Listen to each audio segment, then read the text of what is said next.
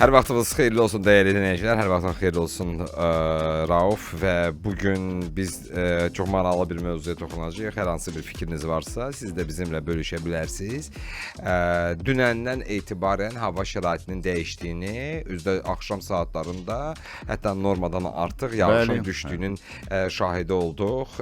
Qeyd edək ki, bu təbii ki, yollarımızda, avtomobil yollarında təhlükə və bununla bərabər çətin bir şərait yaradır ki, bu halda avtomobili nə cür düzgün və yaxud doğru formada idarə etmək lazımdır. Biz bu barədə söhbət edəcəyik. Qonağımızla bərabər, çünki bizim bugün qonağımız da var. O Adil Nəbiyevdir. Adil bəy, sizi salamlayırıq. Sağ olun, aleykümselam. Adil Nəbiyev sürücülük təlimçisidir və onun əlbəttə ki, yollarda gördüyü mənzərələr sürücülərlə bağlı, sözsüz ki, peşəsi ilə də bağlı belə demək mümkündürsə, daha çoxdur və yeni sürücüləri də əlbəttə ki, yollara onların sərbəst şəkildə avtomobil idarə etməsi üçün, yəni sanki bir təkan verir Adil müəllim. Əlbəttə ki, onun fikirləri bizim üçün maraqlı olacaq. Adil müəllim, xoş gördük bir daha sizi. Bizim deməli xarici ölkədən gələn qonaqlarımız əsasən də yenə hətta Azərbaycanlılar olsa, həm soydaşlarımız belə olsa, gələndə hansı bir uzun müddət hansı bir xarici ölkədə yaşayanda gəlirlər Azərbaycana, deyirlər ki, burada maşın sürmək çox çətindir. Niyə biz belə avtomobil idarə edirik? Çünki ən azından bu sualı niyə görə sizə ünvanlayıram? Siz hər gün demək olar ki, hansısa bir şəxsi və ya piyadanı sürücü edən adamsınız. Və siz onlara öyrədirsiniz. Hansı məqamdan sonra onlar başlayırlar artıq zolaqları belə tez-tez dəyişməyə və ümumiyyətlə niyə biz belə avtomobil idarə edirik? Bəli, həmişəki kimi çox gözəl mövzulara toxunuruq. Demək olar ki, bizim sürücülər, əksəriyyətimiz deyək ki, çox aqressivlik nəyə görə? Bu pis vərdişdir. Mən bunu bir vərdiş adlandırıram. Çünki normal sürücü belə, məsələn, əvvəl başlayır idarə eləməyə, görürsən ki, normal idarə edir. Bir müddət keçəndən sonra baxırsan ki, digərlərindən fərqlənmir. Bəli. Oxşamağa başlayır onlara. Bəli, insanlarda belə bir xüsusiyyət var ki, bir-birimizə baxıb elə bir pis cəhətləri daha tez götürürük. Yaxşılar, belə deyək, yaxşılar var, ancaq çox azdır. Yəni, ümumi götürəndə, məsələn, trasda şəhər içində gedəndə fərqi yoxdur. Şəhərin çi küçəsi olsun və yaxud da magistral yolda olsun. Görürük ki, dönmə işığını yandırmadan tez-tez zolaqları dəyişirlər, məsafə saxlamırlar. İstər-istəməz adamın, belə deyək də, nastroyeniyası xoş olsa da belə, istər-istəməz bu sürücülər adamı əsəbləşdirir. Bəli. Yəni, mən özümdən götürürəm, bir də görsən, əhval-ruhiyyəm yaxşıdır, bir müddət gedirəm, arada tez-tez qarşıma tez keçən, reski tormuz verən, belə baxaram ki, yəni xoşa gəlməz idarə edən sürücülər adamı Və bizi stresi salır, əsəb edir. İstər-istəməz belədir də. Yəni yeni başlayan adamlardan da xanımların özləri də, məsələn, indi yeni başlayan sürücülər bir müddət yaxşı sürür, birazdan sonra, bir neçə aydan sonra təsadüfən harasa görüşəndə deyir, mənim o qədər əsəbləşmişəm ki, özümü saxlaya bilmirəm. Tez-tez söyürəm mən də adamları. Ömür boyu söyməyən bir adam artıq... Niyə beləyik? Biz yaxşı, siz heç olmasa biraz belə dedi, bu dərinliyinə varmısınızmı? Bu bizim hardan gəlir bu? Yəni atalarımızdan, babalarımızdan, yəni onlar da mı atı belə sürürdülər? Yəni nədən gəldi çıxdı ki, biz bu cür avtomobil idarə etməyə başladıq? Çünki belə baxaq, belə desək, Adil müəllim, baxın, Rusiya, Ukrayna, Belarusiya və yaxud Gürcüstan və digər ölkələr hansı ki bizə qonşu ölkələrdən söhbət edir də. Lap Türkiyənin özü. Biz tez-tez ora getdiyimiz və yaxud da ki onlarla belə deyə bir qarşılıqlı o qonşuluq münasibəti də olub. Orada belə idarə etmirlər belə avtomobili. Niyə bizdə belədir? Niyə biz belə idarə edirik? Əlbəttə ki, səliqəsiz deyim də. Bizim sürücülərə bənzər sürücülər də, yəni digər ölkələrdə də rast gəlmək olur. Hamısında yox.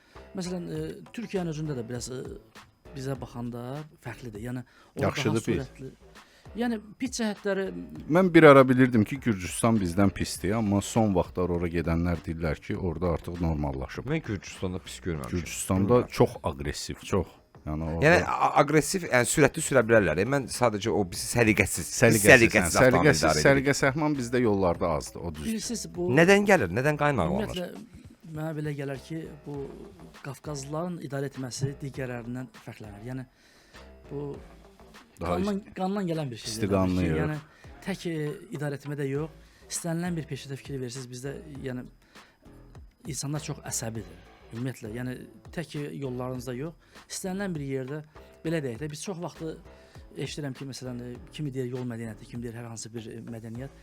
İnsanı belə baxanda mədəniyyəti bir dənə olur da, düzdürmü? Yəni əsəbi insan biraz ictimai yerdə özünü maksimum cilovluyur ki, əsəblərini göstərməsin. Ancaq avtomobil mənim fikrimcə bağlı bir obyekt olduğu üçün biz avtomobildə elə bilik ki, bizi heç kim görmür. Yəni ürəyimiz istədiyi hərəkət eləyirik. Çox təəssüf ki, məsələn, ən azından mən bunu həmişə səsləndirəm, yenə təkrar edirəm ki, ən azından bizim tanışımız, qonşumuz, qohumumuz, bizim avtomobilin nömrəsini tanıyan insanlar bilir ki, biz nə cür insanıq. Mən bunu Avstriyada təlimlər vaxtı bunu orada Alman özü də vurulamışdı ki, bizə yollarda çalışan heç kimə qoşulmayın. Yəni onlarda da olur. Yəni xarici ölkələrdə olur ki, yolda bir də görsən problemli bir insan gedir. Hələ aqressiv biridir. Aqressiv bir insan. Onunla başlayırsan nəsə xoşa gəlməz baxmağa belə, bir baxışa görə görsən arxanca gəlir, başlayır səndən konflikt aparmağa. Bu hər yerdə belə bir şeylər olur. Ancaq bizdə təəssüf ki, biraz aşırı dərəcədə. Aşırı dərəcədə ona görə bilirsiniz Bəyənmirlər ha. Mən məsələn son sizə deyim 2 aydır maksimal dərəcə çalışıram ki, səliqəli, sakit idarə edim. Bəzən alınmır. O deyirlər o dayday İstəsən kimi də maşın alın, sürürsən, o belə bir deyim var ya. İnanırsınız son 1 aydır bunu edirəm. Yəni bildiyiniz çox səliqəli, rahat, heç nəyə fikir vermədən siqnallara. Amma arxadan istəyirəm ki, məni bilirsiniz necə, yəni itələyirlər ki, yəni sən də aqressivləşdə, sən də aqressiv. Mən maksimal dərəcədə çalışıram fikir verməyim, amma sanki bəzən o belə deyə də o çağırışlara gəlirəm. Yəni istər-istəməz elə bir ki, bunun bir xəstəlikdir də. Yəni xəstə insanlar ki, belə aqressiv olur, istəyir ki, yan yörəsində də hamını xəstələndirsin. Belə bir insanda xüsusiyyət var. Bu da həqiqətən belədir. Məsələn, yolla normal getdiyim vaxtda mən özüm Rusiyada bir 10 ildən çox yaşamışam. Təzə gələn vaxtı eyni problemi mən də yaşamışam burada. Təzə gələn vaxtı normal idarə edirdim qayda qanundan, gördüm ki, qıraqdakılar biraz mənə elə bir ki, birtəhər baxırlar. Birtəhər baxırlar. Dairədə sən bizimki deyəsən deyil. Hə, arada nəsə pis baxırlar yandan keçəndə. İstər-istəməz aylar keçdi, mən də artıq biraz tempimi dəyişdim, özümdən ixtiyarsız, qeyri-ixtiyari. Ondan sonra gördüm heç kim mənə pis baxmır, artıq hamı nə cür gedir, o cür qəbul gedirəm. eləyiblər də. Artıq qəbul eləyiblər. Necə düzəldək? Yəni düzəltmək üçün əslində çox böyük bir işlər görmək lazımdır. Yəni istər-istəməz indi belə deyək də 18 yaşından hardasa bir 70 yaşında, 80 yaşında insanlar da görsən yolda sükan arxasında olur arada. Yəni bu cür arada bu insanlar birdən-birə dəyişməsi, mən uzun müddət bildiyiniz kimi avtobus sürücülərindən də, yük avtomobillərindən də təlimlər keçmişəm kütləvi şəkildə. Yəni belə avtobus artıq düzəlib belə desək, biraz düzəlmək istəyir. Düzəlmək istəyir. Ən azından zolaqları var deyə, yəni istiqamət götürüb bəli zolaqları var deyə biraz daha özlərini yaxşı hiss edirlər. Amma çox təəssüf ki, arada bizim zolaqlara girirlər. İndi onları nəzərə almasaq, biraz nisbətən düzəlməyə meyllidirlər. Belə deyək ki, məsələn, yaşlı bir insanda 60 yaşı var. Təlim vaxtları danışırsan, görürsən məsələn auditoriyada bir 50 nəfər var təxmini. Bir neçə nəfər dinləmək istəmir. Ümumiyyətlə deyir ki, 40 ilin sürücüsünə siz nə öyrədəcəksiniz? Yəni artıq biz bunun beynini dəyişə bilmərik, düzdür? Bunun pis vərdişləri çox pis formalaşır. Bu artıq ömrünün qalan hissəsində bu cür gedəcək. Məsələn, düzəlmək üçün biz ən azı uşaq yaşlarından, məsələn, məktəbdə, bağçada, yəni təbliğat eləmək kateqoriyasında olan insanları hardasa yola gətirmək olar. Bir də bir məqam var ki, hamı təlimə gəlmir ki. Məsələn, xanımların əksəriyyət təlimə gəlir. Desəm də ki, hazırsan get öz avtomobillərlə, yenə də qorxurlar ki, qoy biraz da gəlim. Hələ keçib biraz onun avtomobildə də idarə edirik. Sonra görürəm yenə də qorxur. Mən öz avtomobilimdən gedirəm, o da arxamdan gəlir. Tam özgüvən gələndən sonra yola çıxır. Amma çox təəssüf ki, İnanın mənə ki, o da ay yarımdan sonra digərləri kimi avtomobil idarə edəcək. Adı mənim deyirsə xanımlar gəlirlər, sonra biraz danışanda görürsən ki, o da əsəbləşdi, elədi. O da sonra başlayır zamanla aqressiv sürməyə də. 100%. İstər-istəməz insanın xarakterində sürmə nə qədər xarakterin nə qədər sakit, nə qədər mülayim olsa da, yenə də aqressivləşirsən də bizim yolda. Mümkün deyil də, yəni əvvəlcədən yaxşı gedib, elə də axıracan elə yaxşı kimi sürücü olasan. Mümkün deyil. Ən azından gəlin belə bir özümüzü də müqayisə eləyək. Məsələn, normal hər şeyimiz, əsəblərimiz yerində olan zaman fikir versinə ki, ideal avtomobil idarə edirik, heç bir problem olmur. Əsəbləşəndə ancaq istər-istəməz əsəbləşirik sırf digər sürücülərə görə, yoxsa elə yollar özü də əsəbləşdirir bizi bəzən. Yollarda da bəli var məqamlar ki, hansı ki heç avtomobil olmasa da belə adam əsəbləşir. Baxıb əsəbləşirsən. Yollarımızın özündə də belə problemlər var. Getdiyin yerdə bir saniyəlik güzgüyə baxana görsən yanmaya düşdün, avtomobilə xeyli ziyan dəyir. Bəli. Yəni bu məqamlar vardı ki, özdə yağış yağan zaman biz onları da görmürük. İstər-istəməz avtomobili belə deyək, yeni təmirdən çıxartmışıq, təkərləri təzə almışıq. Belə deyək ki, istər-istəməz biz bunun avtomobilin askı sistemini Əziyyətini çəkirik də əziyyətini sonra. çəkmişik. İstəmirik ki, bunu yamya salaq. Gedən yerdə bir də görsən yağış yağır, mən özümdə də olur. Nə qədər ideal sürsən də, məsələn, dünən olmayan bir yerdə gedirsən, görsən böyük bir salam ələ gəlir. Avtomobil ora sürətlə düşəndə artıq insanın demək olar ki, əhvalı dəyişir ki, avtomobil xeyli ziyana düşdü. Yəni Elə bu cür hallar yollarda olur. tıxacların özü də sürücüləri əsəbləşdirə bilər də. Bax, son günlər biz danışırıq elə ağa ilə daimi olaraq, daha doğrusu mütəmadi olaraq bu barədə ki, bilmirdim mən açığı ki, institutlarda, universitetlərdə nəsə sessiyalarla bağlı uşaqların, tələbələr az gəlir gedir. Bu da indi yollara az-maz təsir edir də. Yollar boş olanda adamın stresi, əsəbi sakit olur, yerində olur. Yəni o da bir tıxacın Təsir edici olmağı qüvvədir. da təsir edici qüvvədir. Əlbəttə ki, tıxac haqqında heç açığı istəmədim danışam. Artıq yəni danışmaq lazımdır. Çünki bizim orada ömrümüz gedir də belə deyək. Yəni insanlar öz iş yerlərinin yanında işləmədiyi üçün. Məsələn, iş yeri hər insanın özü ünvanına yaxın olsa, biz yollara bu qədər əziyyət çəkmərik. Məsələn, Mərdəkandan 28 maya hər gün işə gəlmək üzü bu tərəfə probkada, axşam da işdən çıxandan sonra Üzü o tərəfə. Amma bu variantsızdır. Nə Hə, etmək doğru, olar? hər yerdə var da o. Biz Almaniya düşüncəsində deyilik ki, evimizi işimizin yanında tutaq. Yəni bu bizdə belə bir komfort yoxdur. Yəni yoxdur deməli, yaxın gələcəkdə heç gözləmək də olsun, düzdürmü? Yəni ən azından məsələn evimizi biz kirayəyə verib gedib başqa yerə kirayə tutmaq istəmirik, görüşmək istəmirik. Mən bir kəfərə buna danışıram. Bu əslində çox belə qeyri-real görünür. Nəyə görə? Çünki bir nəfərlə bunu danışırdım ki, bəs belə deyir, bilirsən necədir? Mənim də yoldaşım da Elmlər metro stansiyasının yanında işləyir. Mən onda Elmlərdə də bir dənə ev tutum. Yəni Bir ailədən iki nəfər ayrı-ayrı. Nə bilim, bunun müxtəlif şeydə əslində problemlər var. Biz biraz başqa cür böyümüşük, biz bir başqa cür tərbiyə almışıq. Mənə gəlir ki, sıxlıqların əsas problemlərindən biri də sadəcə düzgün idarə edilməyən avtomobillərdir, düzgün idarə etməyən sürücülərdir. Dörd yola girən sürücülərdir. Dörd yolda problem yaradan mən gedim, məndən sonrakilər qalsalar da eybi yoxdur düşünən sürücülərdir. Çox da əslində mövcud problemlərimiz və Olduqca çoxdur. Şəhər salmada da mənə gəlir problemlər. Şəhər salmada çox böyük problemlər var. Problemlər var. Zolaq salmada da böyük problemlər var. Tunellər və Bəli. körpülərin az olmasında da böyük problemlər var. Məsələn mən hər zaman deyirəm, biz deməli Qənimətlər Parkının qarşısından keçən yol gedir, çıxır, təzədən gəlir 8 noyabr prospektinə daxil olur. O yol halbuki düz Yusif Səfərova gedə bilər. Ora bir dənə svetofor qoymaqla təbii ki, Afiyettin Cəllovun yükünü azaltmaq mümkündür. Bu nə vaxtsa ediləcəkmi? Bəlkə nə vaxtsa edilə bilər, amma mənə elə gəlir, elə yolların özündə də müəyyən qədər problemlər var. O da nədən ibarətdir? Zolaqlardan, mən zolaqlarla onu müqayisə eləyərdim. Bəzi yollar var ki, 3 zolaqdır. Qabağa yersən 2 zolaq olur. Orada Butulka avtomatik effekti. olaraq butulka effekti yaranır. Bir də görürsən ki, 5 zolaqdır, gəldi oldu 2 zolaq.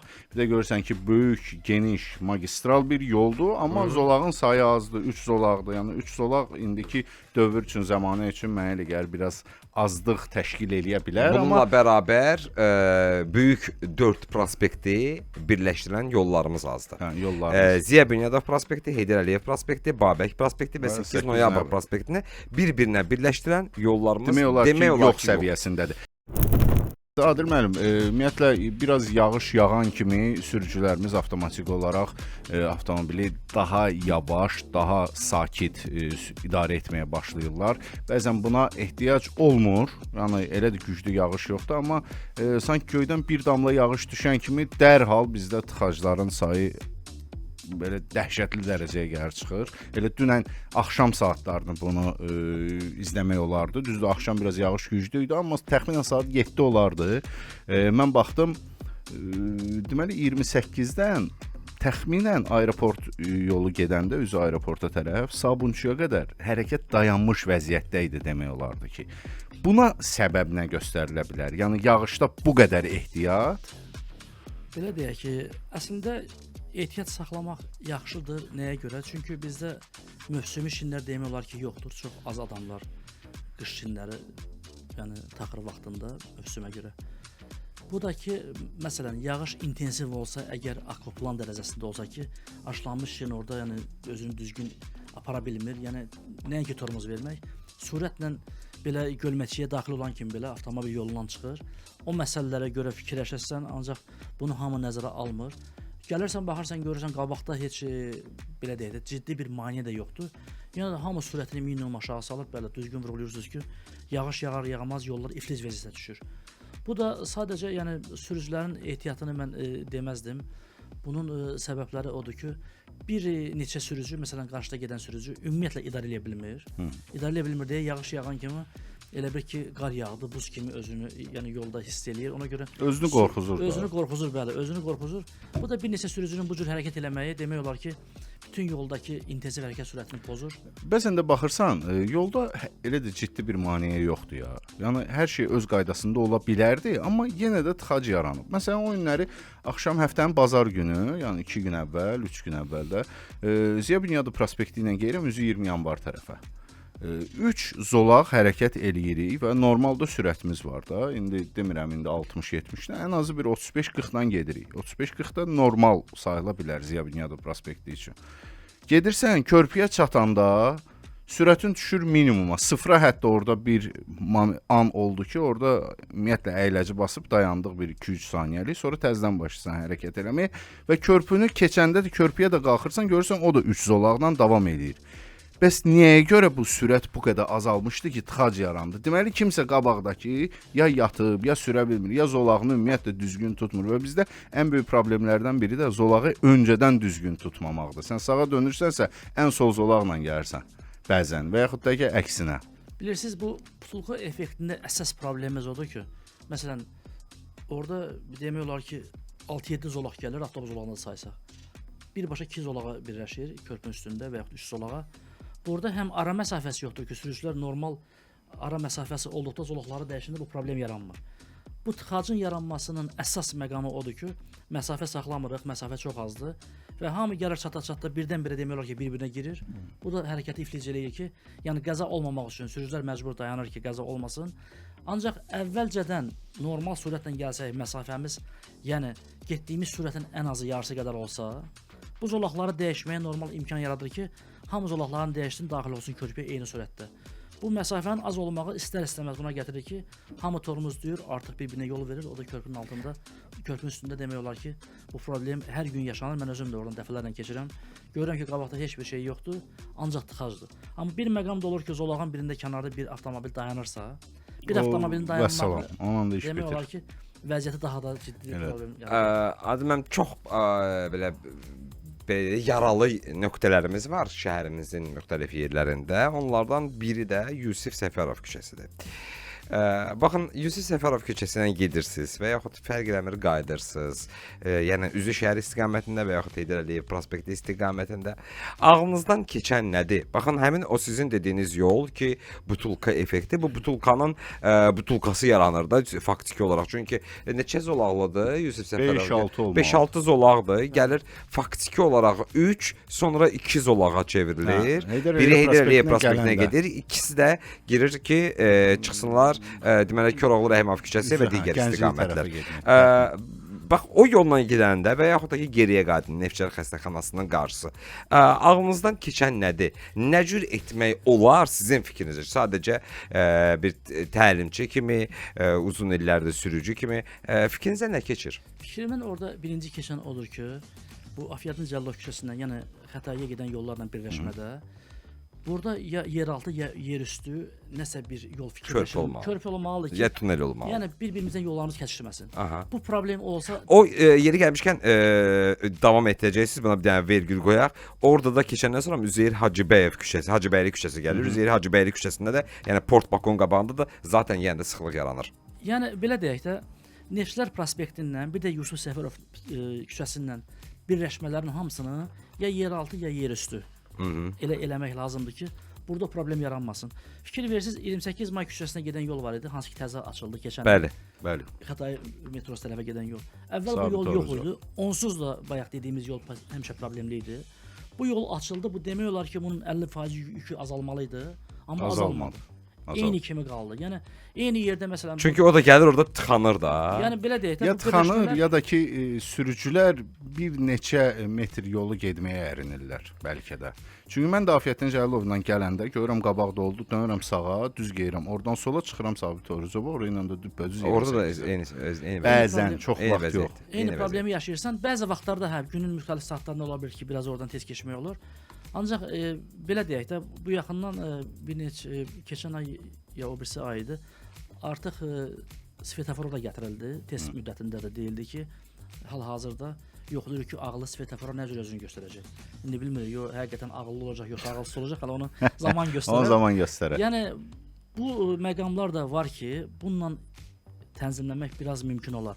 Amma o yolda bilirik ki, həmişə problem yaranır orada. Yəni yol polisi də tənzimləyir. O yolun problemi ancaq dediyim kimi mən onda görürəm ki, ya yeraltı ya yerüstü olsun ki, birləşmə Keçidlər olmalıdır. Elə Bəs sonra davam edirik, gəlirik Əmlak Komitəsində səbəbimiz onun Əmlak, qarşısından bəli, bəli. keçirik. Gəlirik Heydər Əliyev prospekti istiqamətində. Orada necə həll edək ki? Orada belə deyək də Yusif Səfərov gəlib birləşir həm Babək prospektində, yarısı da Heydər Əliyev prospektində, Bəli. deyilmi?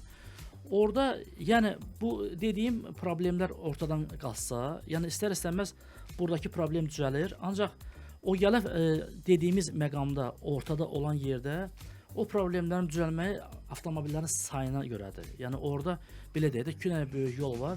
Babək prospektindən çıxan yolda problem nədir? Cəmsi bir zolaq girir. bir zola. Cəmsi bir zolaq. Kifayət eləyir də. Sağda böyük O bir dənə- kifayət eləyir əslində. O kifayət eləyir. Orada Gedən, Babəkə gedən Hə, kifayət Babəkə edir. problem Gələndə yaratır. problem çox. Babəkə gedən problem olmur. Qaydada Mən problem olur. bu yollar haqqında məlumatı elə sürücülərin diqqətinə çatdırım. Yeri gəlmişkən elə indi o danışdığımız zonada da hansı İstiqamətlərin vəziyyət var, bəli, istiqamətlərdə. Həmçinin bax o Yusif Səfərov və Yusif Səfərov küçəsindən Heydər Əliyev prospektinə çıxan hissədə də onunla bağlı mənim də bir fikrim var. Bəli, bir hafta davam edir və elə Yusif Səfərov küçəsi, deməli Babək prospektindən Yusif Səfərova gələndə orada ən çox konflikt nöqtəsi yaranır harda? Babəkdən gələnlərin çoxu dönür deməli sol tərəfə, həmin o Gəncliyə getmək üçün, tunelə girmək üçün. Aha. Yusif Səfərovdan gələnlərin böyük əksəriyyəti onlar da gedirlər Heydər Əliyev prospektinə. Yəni orada X vari bir şey yaranır da. Ən gözəl variantlardan biri də məsələ Adil müəllimin də dediyi kimi olardı ki, nəsə bir körpü olardı, tunel olardı, bir şərait yaranardı da Babəkdən gələnlər düz birbaşa daxil olardılar o Gülay Qədirbəyova küçəsinə. Yəni üzü Gəncliyə tərəf getmək üçün. Çatdıra bilsən təsəvvür eləməyi. Mən çatdıram, amma əslində oradakı məsələlərdən biri, məsələn Ritz Carlton oteli var. O mənə gəlir ki, o otel əslində belə O otelin tikili, o otel o şəhər salmanın məsələsidir bu əslində. O gəlir Yusif Səfərov gəlir bir balaca sağa belə burulur, sonra sola burulur və gedir. Sən qaydanda deyirsən yoxsa gedəndə? Ümumiyyətlə hə, o biraz belə bina faktiki ilanvari olaraq dönür orada. olur. Faktiki olaraq o binanın orada olması mənə gəlir ki, bir çox məsələlərdə problem yaradır. Nəyə görə? Çünki o bina orada olmasaydı, o yolun haçalanması mümkün idi. Düzdürmü? Kim Nərmanova gedir, kim Heydər Əliyev prospektinə gedir, kim Amma şərait var axı orada yol çəkməyə.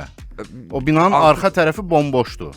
Okey də, amma ki artıq o Çəksinlər də binanın indi. düz çəkilməlidir də, o düz getməlidir və o Düz yol olmasa da olardı deyərdim, amma mövcud şəraitə görə nəsə bir yol axtaraq da gəlin. Mən Şərq bazarı istiqamətində getmək istəyirəm, mütləq şəkildə ora getməliyəm. Nərmanova getmək istəyirəm, o yola girməliyəm. Gənclik metro stansiyasına getmək istəyirəm, o yola girməliyəm. Hə, o hamısı bütün öylədir. yollar Bütün yollar bizdə ora bir aparır. nöqtədən keçir. Yəni mənə gəlir ki, bax ona gedirəm, o böyük 4 prospektin Hər kəsişmələrinin yerdə olması. bütün yollar rimə aparır. Bizdə də hamısı Gəncliyə aparan Cəmi bir ötürücü tunelə reklamlar aparır. ondan sonra Bəli. qayıdacağıq. Bir hafta verilişi davam eləyir. Beynəlxalq dərəcəli təlimçi, nəqliyyat məsələləri üzrə ekspert Adil Nəbiyev bu gün bizimlə bərabərdir və əlbəttə ki, bizi də maraqlandıran məsələlər var. Həm təlimçilik məsələləri ilə bağlı, eyni zamanda ki, yollardakı vəziyyətlə bağlı mövcud problemlər, həmçinin təkliflər də ola bilər yollarla bağlı. Çünki hər birimiz bu yollardan mütəmadi olaraq gündəlik istifadə edirik. Bizə də maraqlıdır ki, hansı yolda vəziyyət necədir? Elə reklam arası fasilədə də biz danışdıq, kifayət qədər aktual mövzulara toxunduq. Adil müəllim, mənə bir şey maraqlıdır indi sürücülərlə bağlı, yeni təlimə başlayan sürücülərlə. Heç avtomobil idarə etməyən biri əgər olarsa, ümumiyyətlə avtomobil idarə etmir və avtomobildən də bir o qədər də çox anlayışı yoxdur, amma artıq başlamaq istəyir müəyyən zərurətə görə. Ona təxminən nə qədər vaxt lazımdır sıfırdan? Hətta sıfırdan da yox, mənfidən başlasa. Vaxt belə deyək ki, imtahana hazırlıq üçün hardasa 20 saatı kifayət eləyir. Ancaq ümumi normal avtomobil idarələmək üçün hardasa 50-60 saat lazımdır. Yəni bir ay gündə 1-2 saatdan sürəndə artıq belə deyək, görürsən ki, səhvlər eləmir. Bu 17 manyovrda cəmsi avtomobil idarələmək. Düzdür, təzə gələn adamlar istəyir ki, belə ən qısa zamanda öyrənsin. 100 minlik avtomobil idarə eləyəndə istəyirlər 10 saata öyrənsin, keçsin, sürsün. Bir 10 minə kreditdə maşın alanlardır. Yəni avtomobilin qiymətindən söhbət getmir. Burada məsuliyyətdən söhbət gedir ki, elə adamlar var ki, istəyir ki, ümumiyyətlə 5 saat öyrənsin. Bu da qeyri-mümkündür. Psixoloji olaraq insan bu avtomobil idarələmək biraz təhlükəli işdir, hamımız bilirik. Qadınlarda da biraz bu daha da nisbətən kişilərə baxanda gec olur. Çünki istər-istəməz məsuliyyət məsələsi var da. Yəni qavrama gec olur da. Bəli, kişilər bir ay öyrənirsə, qadınlar normalda 2 ay öyrənir. Amma birdən də eləsi olur ki, ümumiyyətlə baxırsan ki, qorxu yoxdur gözündə. Yəni kişilərdən də yaxşı reaksiya verir. Bu çox azdır. Yəni əksəriyyət istər-istəməz bu qorxur, analıq hissi var filan, evdə şok gözləyir. Yəni qadınlarda biraz nisbətən obreslərdən, kişilərdən yəni gec alınır. Amma ümumi götürəndə ortalama bir aya hər gün gələn adam öyrənə bilər. 30 dərsə də yəni, belə 30 dərsə desək. gündə 1 saatdan olsa, 30 dərsə öyrənmək mümkündür. Amma elə məqamda olur ki, bir adam gəlir, istəyirsən ona deyəsən ki, ümumiyyətlə sənə sürücü olmaz. Prosta xətrinə dəymək istəmirsən, nə cür? Ben necə istəyirəm? Onun axırı nə olur? Bu adama deyirsən ki, sənə bir 100 saat gəlməlisən, o da problem yoxdur. Yəni Gəlir. lazımdır, lap 200 saat gələr, amma öyrənməliyəm. O nə ilə bağlıdır? Yaşla, çünki mənə gəlir ki, yaşı daha artıq, yəni orta yaş və orta yaşdan yuxarı insanlar daha gec öyrənirlər. Bilmirəm, ehtiyatlı olurlar, ehtiyat edirlər hər şeydən. Çünki cavan adam daha belə istiqamlı olur, daha belə gözü qara olur da, belə desək, doğru olar. Onlar elə bir ki, eləyərəm. Amma yaşa dolduqca insan riskləri artıq gözə almaq istəmir. Daha ehtiyatlı olur. İstəyirəm bu məsələdə yəni toxunasın. Əlbəttə ki, belə deyək də, hər şeyin öz vaxtı var. Uşaq vaxtı olanda məsələn 18 yaşlı, 17 yaşlı adamla 50-60 yaşlı adam eyni ola bilməz. İstər-istəməz onun reaksiyası da fərqlidir. Məsuliyyət də başqadır. Yəni tamam fərqli elə bir insanlardır. Amma belə deyək, elələr də var, onların içində çox azdır ki, məsələn mənim yanıma 60-70 yaşlı insanlar da gəlir. O adamlar gələndə fikirləşirəm ki, artıq mənə nə gözləyir də, yəni çox yorulacağam. Onun əvəzində məsələn 10 nəfər cavan adamla işləmək daha asandır. Amma bir də görsən elə yaxşı, məsələn dərzilər həmişə pedalla işləyir deyə. Neçə nəfər xanım dərzi gəlib yanıma, həmişə ayağının altında işləyir deyə pedalla, hiss edir pedalı. Elə ideal birinci günə pedala basır ki, gözümə inanmıram ki, yəni adam var 10 günə pedalı öyrənə bilmirsən, o adam oturduğundan pedalı ilə keçib planı yumşaq basır ki, adam özü. Tez-tez basıb buraxmır. Yox. Elə bir tikiş maşını. Onlara ABS də lazım deyil ha. Özləri ABS kimi istifadə edir. Özləri yaxşı istifadə edir. Amma ümumi götürəndə belə, yəni dünyanın hər bir yerində ingilis dilində yazsaq da belə, məsələn axtarışa verəndə hər yerdə hardasa 56-58 saat vaxt ayırılır maşın sürmək üçün. Amma bizdə məsələn belə deyək, əvvəlki bu 15 respublikada bizdə 70 saat yazılır avtoşkolalarda. Köhnə sənədlər də məndə var. Fikirləşirəm ki, yəqin bizdə o biraz dəcəllik edən sürücülər də bir 15 saat əlavə qoyublar ki, daha tam belə o deyək də. Məsələn xarici ölkələrdə qayda-qanun daha riayət edilir. Orada daha cərimələr çoxdur deyən sürücülər qorxurlar qayda pozmağa. Bizdə isə belə deyək də, cərimə olsa da belə il ərzində eyni, məsələn qırmızıdan keçir svetofordan, eyni 5 dəfə də keçsə, yenə də keçir, məsələn 100 manatını verib yenə də idarə eləyir. Amma əslində biraz bu məqamlara fikir verilsə ki, il ərzində 3 dəfə, 5 dəfə svetoforun qırmızısından keçir, bunun məsələn qiymətlərini dəyişdilər, cərimələrini inşallah ki. Şey kimi də, yəni Tabii, sığortada var deyə bonus malus sistemi Bəli, yeni bəli. tətbiq olundu. Qəza elədin, ondan sonra sənin sığorta yükün artır və cərimələr də elə olsa, bəlkə də kobud cərimə pozanların sayı bir qədər azalar. Və bir sözlə Adil müəllim, siz dediyiniz kimi, yəni 20-30 dərs, çünki çox adam soruşur, həm məndən də soruşurlar açıq indi bilirlər ki, bizim proqramlara sürücülük təlimçiləri gəlir. Ona görə də deyirlər ki, yəni sıfırdan başlayan bir adam, tutaq ki 35-40 yaşlı normal bir adam 25-30 dərsə müəyyən qədər artıq götürə bilər, başlaya bilər. Yaşına uyğun demiyorlar da. 30-40 məsələn 40 yaşlı adama 40 saata öyrənmək olar.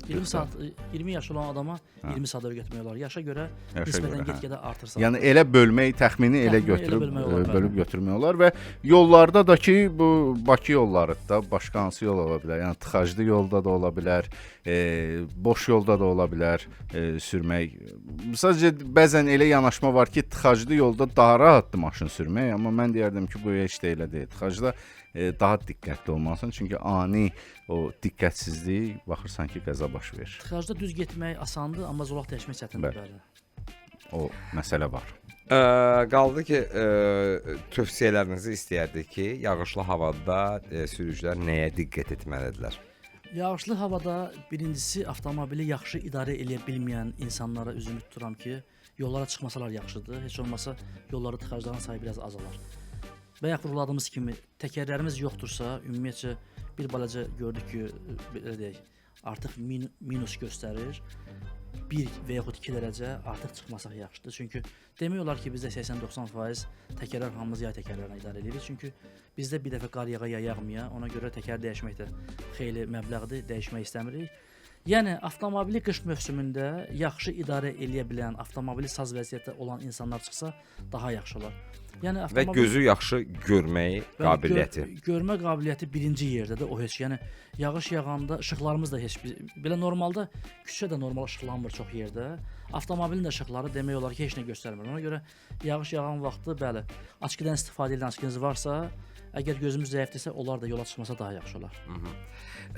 Dərin təşəkkürümüzü bildiririk sizə. Həqiqətən maraqlı söhbət oldu. Düşünürəm ki, həm məhsuldar, həm faydalı. Yollarımız düzdür, indi bu günlərdə hələ ki nəticə etibarilə bizə də maraqlı gəlmişdi ki, yanvar ayının 1-dən etibarən nədənsə yollarımız boşdur. Bunun bir mövzu kimi ortaya çıxardıq. Sağ olsun dinləyicilərimiz dedilər ki, universitetlər bağlıdır, yəni imtahanlardır, qış sessiyasıdır. Ona görə bax yollarımız boşdur. Həqiqətən dünən yox, ondan öncəki gün hava limanına getdim. Hava limanından Badamdara getdim. Yəni də çox rahat getdim və rahat qayıtdım Xətayıya. Ona görə bu mənada sözün mənasında, yəni özüm də axşamlar olur, ləzzət alırdım. Axşamlar olur, elə mən də Elə axşam idi ha, saat 7-yə işləmiş. Mən bu gün hava limanına getməliyəm, gözümə durub indi o yol. Çünki dünən məhz onun üçün baxdım, dəhşətli sıxlıq var idi, çox böyük idi. Görə indi bu gün necə olar. Amma hal-hazırda hava limanı yolunu biz kameralar vasitəsilə studiyadan görürük, bomboşdur bax. Saat neçədə gedəcəksən? Axşam elə düz saat 7-8-in yarı, 8-ə Ümid ən qaymaq olacaq. Görək, mən də ümid edirəm. Və ged orada bir kofe iç. Biraz orada gələn adamlar biraz kofe iç, söhbət elə. Ondan sonra Mən yola salam. Yavaş-yavaş qayıdarsan. Təşəkkürlər, minnətdarıq hər birinizə dəyərli dinləyicilər. Adil müəllim, sizə dərin təşəkkürlər. Bu gün qonağımız oldunuz. Çox maraqlı söhbət açmış olduq. Belə dostlar, bu günlük yekunlaşırıq. Sabah yenə də eyni vaxtda biz efirdə olacağıq.